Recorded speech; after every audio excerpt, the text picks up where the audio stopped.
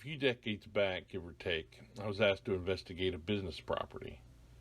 It was housed in an old building constructed in 1912. This building saw a lot of traffic in its heyday, but fell into disrepair and was little more than a derelict structure for many moons until the current owners revitalized it in the late 20th century. The owners reached out because they were having inexplicable fires occurring in one of the upstairs rooms. Electricians were baffled, as they were also experiencing other paranormal phenomena. Calling me in seemed apropos. I was able to identify much of the phenomena as residual, such as the sounds of pre-war radio, though I was pretty sure there was an intelligent spirit on the ground floor and something a little darker in the basement. My main concern lay with the electrical fires.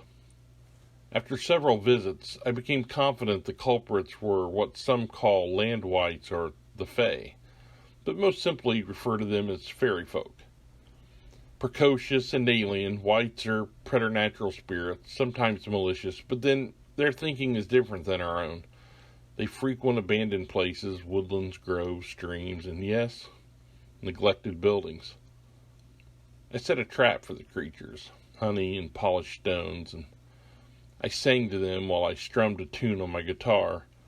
Gathered into water collected from the most sacred local spot I knew, I took them to that place and released them. 7 pillars, gateway between worlds, where they could make a new home for themselves. When I speak with those who become weekend hobbyists, often because they enjoy the Discovery Channel slate of ghostly programming, predominantly I see they're of a mind that there are 2, maybe 3 types of spirits.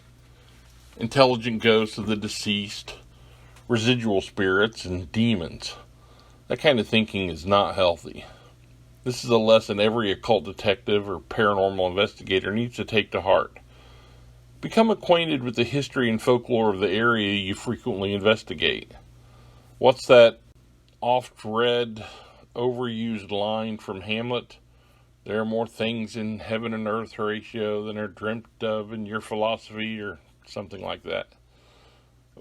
We have to recognize that existence is much more expansive than that which is at our fingertips.